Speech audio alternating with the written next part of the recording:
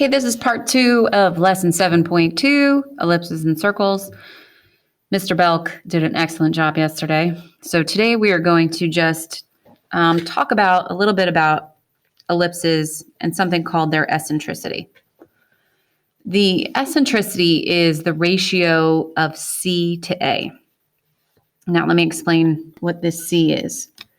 This C, remember, is your distance from the center to the focus. The distance from the center to the focus. So in this case, I have a 4 right there. Your A is the distance from the focus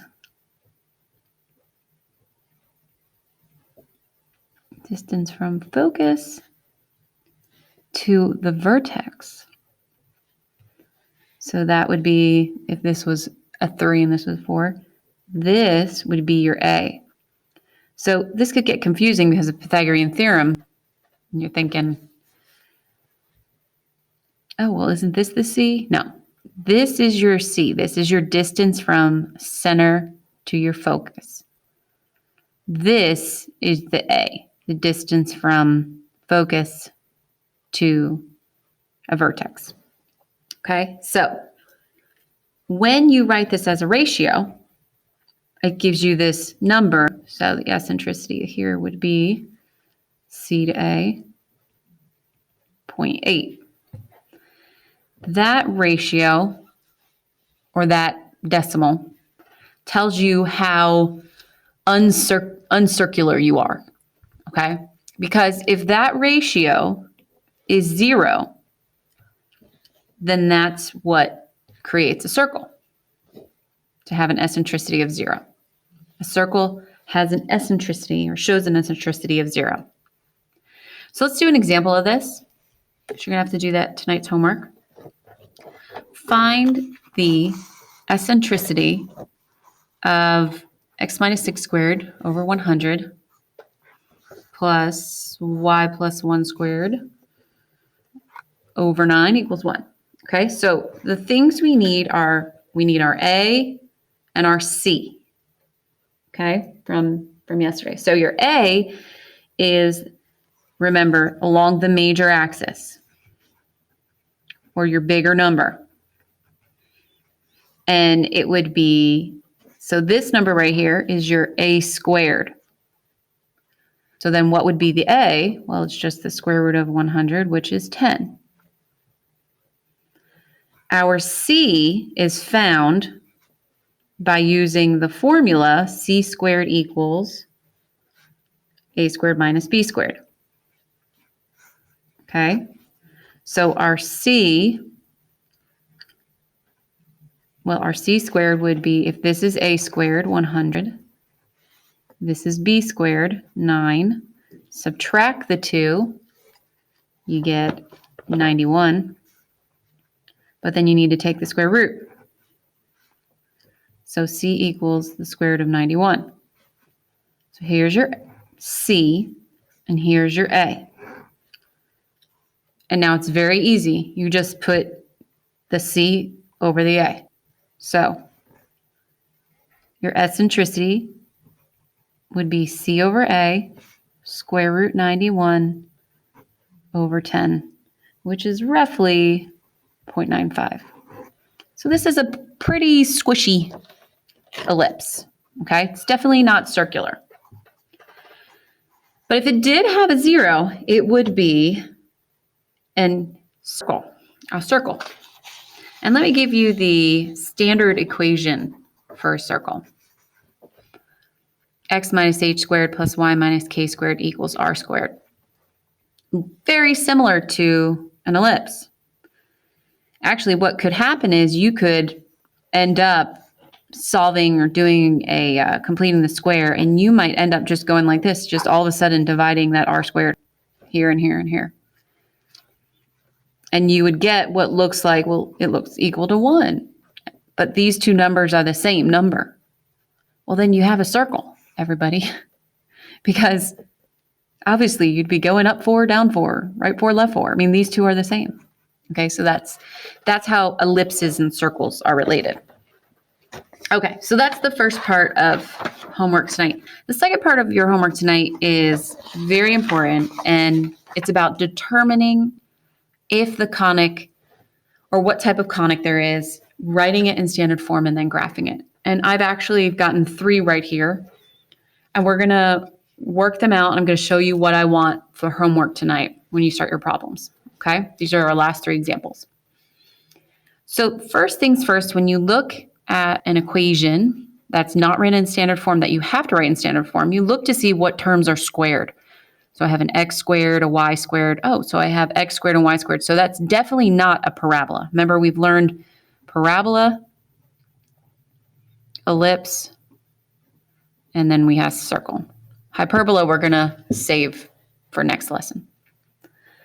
So if you have an x squared and a y squared, you know all of a sudden it's not a parabola. Okay, so mark that one off. Is it an ellipse or a circle? What do you think? What do you think gives it away? If this is 9 and this is 4, what do you think it's going to be? Yeah, it's an ellipse. Okay, if it was a circle, these 2 numbers would have to be the same. That's what's going to happen. So I know that this is going to be an ellipse. I'm going to write down ellipse right here so I know it. And now I'm going to complete the square. So let's go through on how to complete the square. So you keep your 9x squared, all your x's on one and all your y's on one side, and everything else moved to the other side. And then I like to leave blanks after. So 9x squared. Now there is no other x, so I'm not going to actually leave a blank here. But there is a 4y squared, there's an 8y, and I have to complete that square then. This negative 32 I'm going to move over and do 32 plus 1 blank. So I am going to need to complete this square only. You'll see why in a minute. So what do I need to do here? I need to factor out a 4, y squared plus 2y plus blank. Oh, my pen is dying. I'll move to my marker.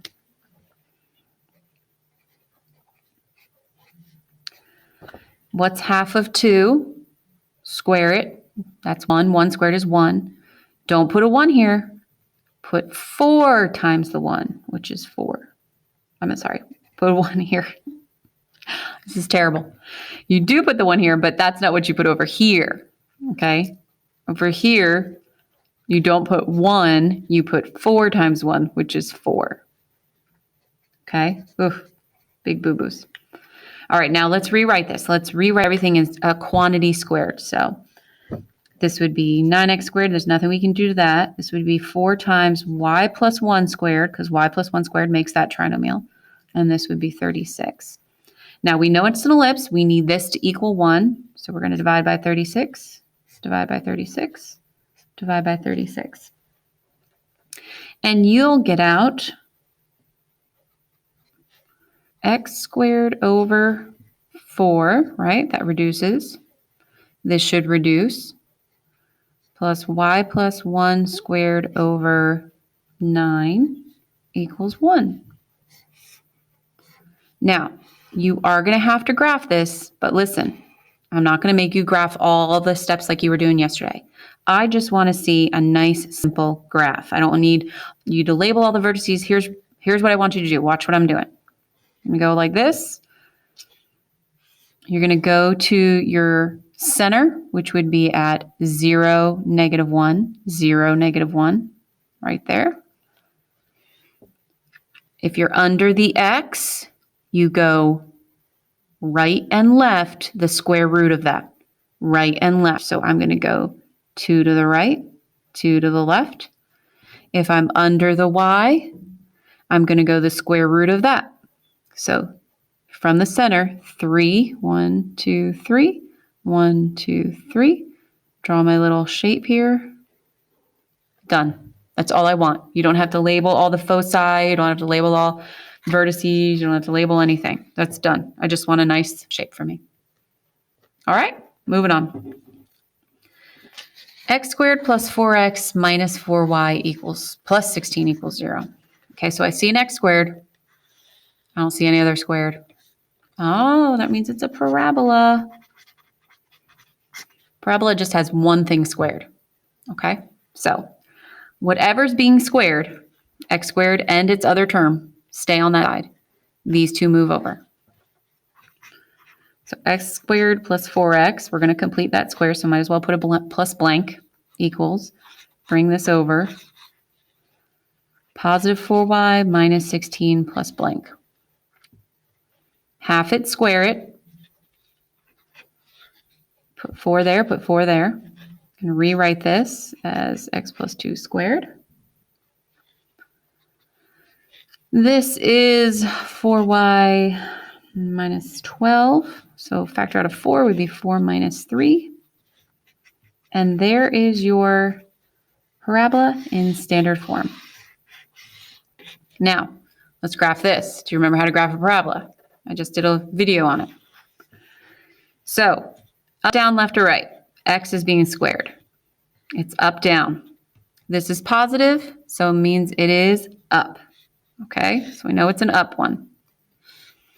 Where is its vertex? Its vertex would be at HK. So -2, +3. -2, +3. And you're going to make it go up. And that's it. I don't need you to find the directrix. I don't need you to find the foci. Focus. I just need you to graph it for me. So that's what I want for homework tonight. There you go. One more. X squared plus y squared plus 2x minus 6y minus 6 equals 0. So we have an x squared and we have a y squared again. So it's definitely not a parabola. So is it an ellipse or is it a circle? Well, if these two are the same coefficients, then you've got a circle. Okay, it's a circle. So you're going to put your x squared terms plus blank.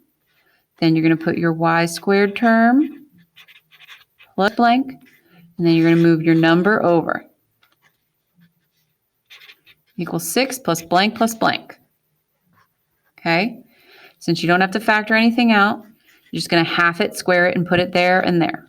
Half of 2 squared is 1. 1 squared is still 1. Half of -6 squared is -3. I'm sorry, half of it is -3, but squared is 9. So 1 and 9 go here. Rewrite this. X plus 1 squared. Rewrite this. Y minus 3. And then 6 plus 1 plus 9 make 16. Now, let's just pretend you didn't know it was a circle. You could have stopped right here and you went like this. And you went, oh, it equals 1. Okay. Let me just show you that your graph isn't going to change. Look what happens. Okay. You are now, let's see, where are we located? We're located at -1, 3. Here's my center. I'm going to go left and right 4 units. 1, 2, 3, 4. 1, 2, 3, 4. Oh, I'm going to go up and down 4 units. 1, 2, 3, 4. Look at that. I've made a perfect circle. Okay. So what that means is you just should have stopped right here. That is your standard form for a circle. Okay. So you're going to practice doing some of these right now. Have fun. Bye-bye.